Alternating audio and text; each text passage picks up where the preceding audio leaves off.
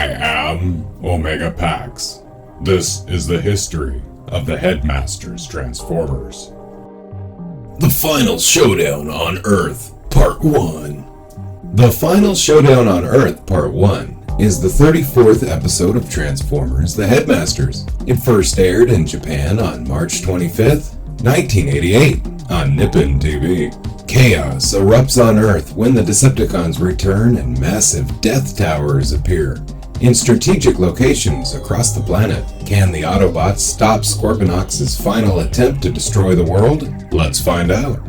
As Battleship Maximus races after Scorponok in the final leg of their journey back to Earth, strange happenings are afoot down on the planet itself. In an ancient theater in Athens, Greece, Wingspan and Pounce disrupt a group of tourists when they emerge from beneath the ground, accompanied by a large machine that launches a sinister satellite into orbit. At the same time, off the coast of Lisbon, Portugal, Predaking and Bruticus sink the luxury liner Queen World.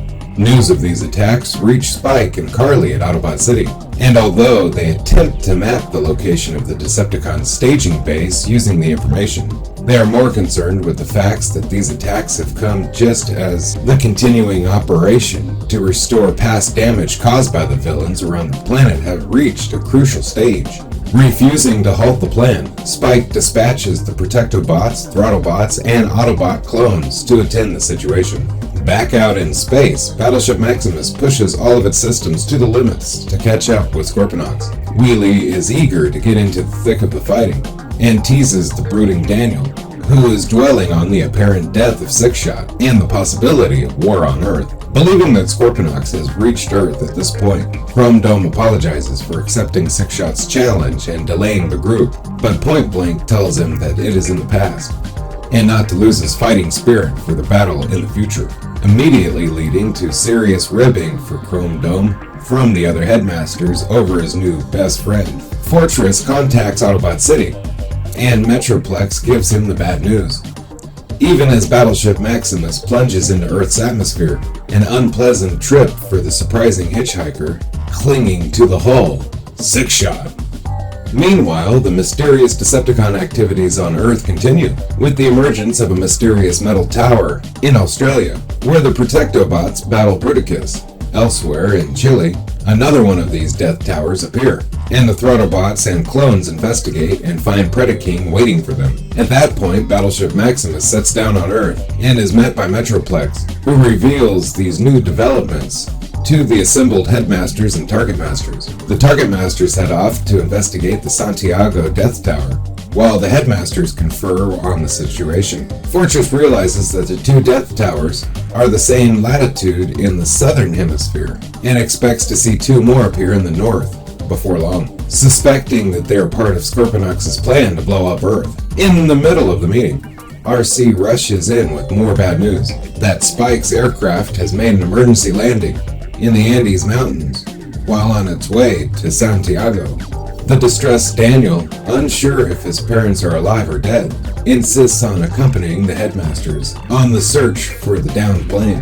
While the team departs in the trainbots, Fortress meets with Punch, hoping he has some information on Scorponok's landing site. Alas, Punch has little to offer. Scorponok landed in the Strait of Gibraltar, and Punch, as Counterpunch, disembarked.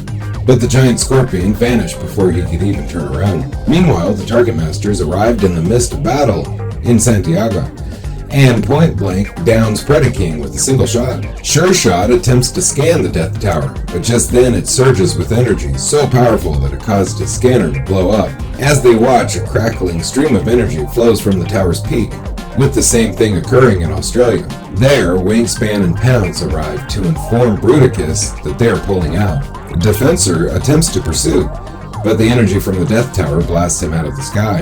In the Andes, Daniel, Wheelie, the Headmasters, and the Trainbots arrive at the scene of Spike's rough landing, where several people, Spike included, are attempting to hoist up several unfortunate passengers who have fallen down a crevasse, including an unconscious Carly. Daniel demands to be allowed to rescue his mother personally, much to the surprise of his father. and performs the task admirably.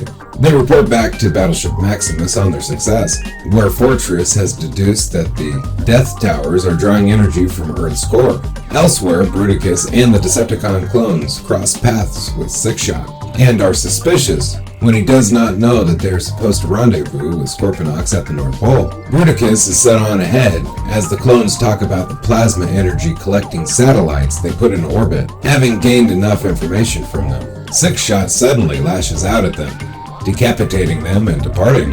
Back at the Battleship Maximus once again, Daniel and company return aboard the train box, just as the Target Masters arrive to report their findings.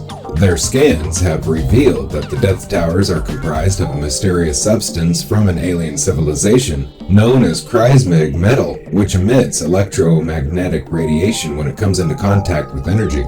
Just then, the third tower bursts from beneath the ground in Washington, D.C., and Scorponok's plan to destroy the Earth grows one step closer to completion.